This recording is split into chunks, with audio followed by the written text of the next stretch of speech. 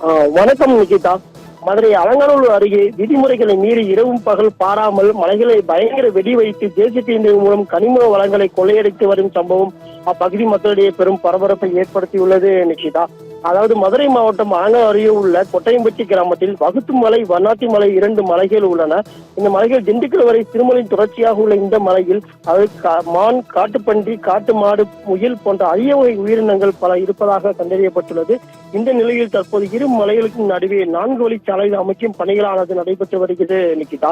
மலைகளுக்கு நடுவே சாலை இருப்பதால் இரு மலைகளுக்கும் செல்லும் விலங்குகளிடையே போக்குவரத்து பாதிப்பு ஏற்படக்கூடாது என்பதற்காக தமிழ்நாட்டின் முதல் முறையாக விலங்குகளுக்காக மேம்பாலம் கட்டுமான பணிகள் தற்போது நடைபெற்று வருகிறது. இரண்டு மலைகளுக்கும் நடுவே அது விலங்குகள் செல்வதற்காக பாலம் அமைக்கும் பணிகள் நடைபெற்று வருகிறது. தற்போது வகுக்குமலை பகுதியில் அறிவுள்ள வண்ணாத்தி மலையை இரவு பகல் பாராமல் 24 நேரமும் அங்கு வெடி வைத்து அந்த மலையை உடைக்கும் சம்பவம் அப்பகுதி மக்கள் கிராமத்திலேயே பெரும் பரபரப்பை ஏற்படுத்தியுள்ளது நிகிதா. ஏனென்றால் கனிம வளங்களை அரசு விதிமுறைகளுக்கு உட்பட்டு காலை 7 மணி முதல் மாலை 6 மணிக்குள் மலைகள் மட்டுமே உடைக்க வேண்டும் என்ற விதிமுறைகள் இருந்த பட்சத்திலும் கூட இந்த இரவு பகல் பாகாமல் தொடர்ந்து இரவு முழுவதும் வெடிச்சத்தம், பயங்கர வெடிச்சத்தத்துடன் இந்த மலையில் தகர்த்தப்படும் சம்பவம் அப்பகுதி மக்களிடையே பெரும் அதிர்ச்சியை ஏற்படுத்தியுள்ளது. இந்த மலைகளின் பயங்கர ஈதங்களை வைத்து இரவு முழுவதும் கற்களை உடைத்து லாரிகளில் கனிம வளங்களை தனியார் கிரசர்கள் மூலம் கொண்டு செல்லப்படுகின்றன நினைக்கிறார். இது போன்ற மலைகள் இரவுகளில் உடைத்து கனிமங்களை எடுக்கும் போது பெரும் விபத்துகளும் ஏற்பட்டு உயிரிழப்பும் ஏற்படும் அபாயம் உள்ளது. ஏனென்றால் தொடர்ந்து இந்த இரவு நேரங்களில் அப்பகுதி கிராம மக்கள் தூங்கவும் முடியாமல் அந்த சத்தத்தின் வெடிச்சத்தத்தின் பலந்த வெடிச்சத்தத்தின் காரணமாக பெரும் எரிச்சலுக்கும் உண்டாகி தூக்கம் தொலைக்கும் நேரமும் ஏற்படுகிறது நிகிதா.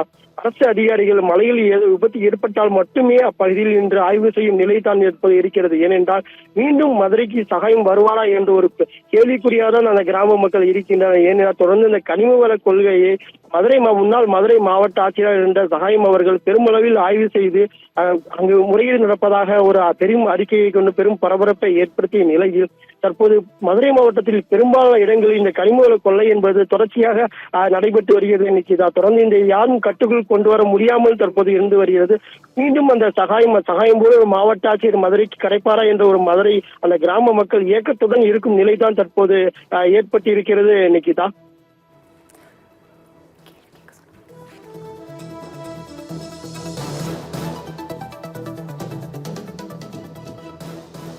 கார்த்தி, இரவு நேரங்களில் வெடிகள் வைத்து கனிமங்கள் கொள்ளையடிக்கப்படுவதாக குற்றச்சாட்டு முன்வைக்கப்பட்டிருக்கு. இது தொடர்பாக காவல்துறைக்கும் சம்பந்தப்பட்ட அதிகாரிகளுக்கும் மக்கள் தரப்பில் புகார் கொடுக்கப்பட்டிருக்கிறதா? அதிகாரிகள் தரப்பில் ஏதேனும் நடவடிக்கை மேற்கொள்ளப்பட்டிருக்கிறதா?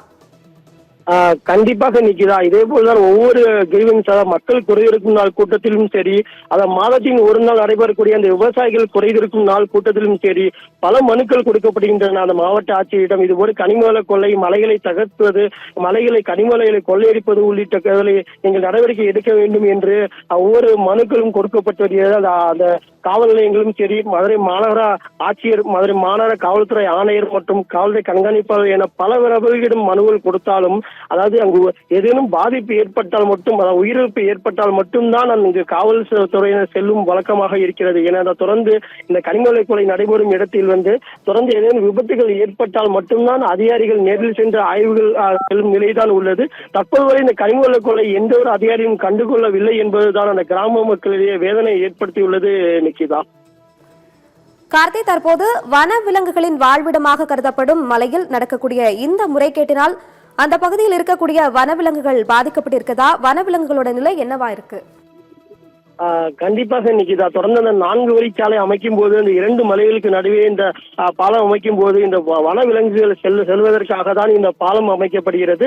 அந்த வனவிலங்குகளுக்கு எந்த பாதிப்பும் ஏற்படக்கூடாது என்பதற்காக இந்த பாலம் அமைக்கும் பணியானது தற்போது 90% முடிவடைந்துள்ளது நிகிதா. வனத்துறை சார்பாகவும் இதற்கான ஏற்பாடுகளும் செய்யப்பட்டுள்ளது.